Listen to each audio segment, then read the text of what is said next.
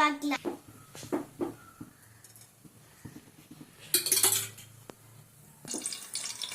Stop பண்ணி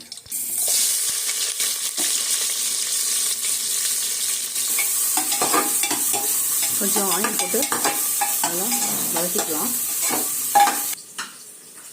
என்னமோ செய்யறாங்க தொன்ன பிரியாணியமோ பாப்போம்.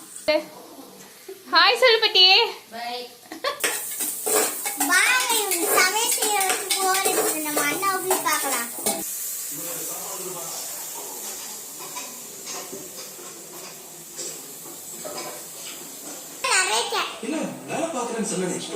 உங்க அண்ணா நிறைய கேட்டரிங் போல வச்சிருக்கா. வாங்க போய் பார்க்கலாம். நிறைய கேட்ரேஜ் பால். நான் வந்து கேட்ரேஜ்ல இருந்து பெண்டி எழுதி சேர்த்தி வச்சது. இது மொத்தம் 36 டேங்கர் பால் காட்டுறேன். இது திறந்தா கீழே போயிடும். டேங்கர் பால் வந்து 3. எவ்வளவு பெருசா இருக்கும் பாத்தீங்களா?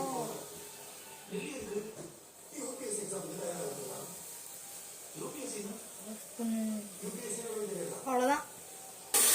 தக்காளி நல்லா வதக்கிட்டு நம்ம அரைச்சி வச்சிருக்க பேஸ்ட் நம்ம போட போறோம்.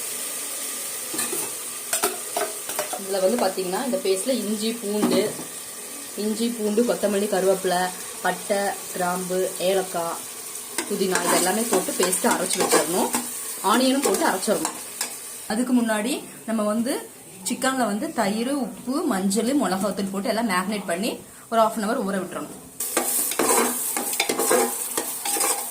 வதக்கிக்கணும். இப்ப நம்ம வந்து சிக்கனை போட்டுக்கலாம்.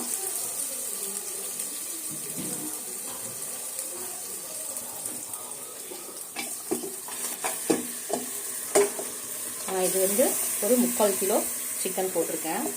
இது வந்து நாட்டுக்கோழி சிக்கன் தான்.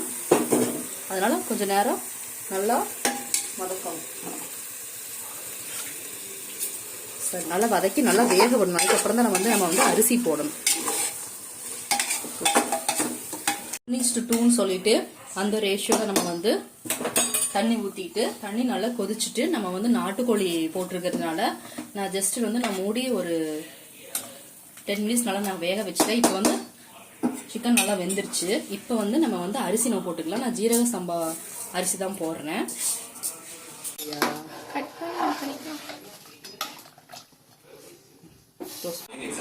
டுடே லஞ்ச் நாட்டுக்கோழி பிரியாணி, சிக்கன் 65, ரைத்தா.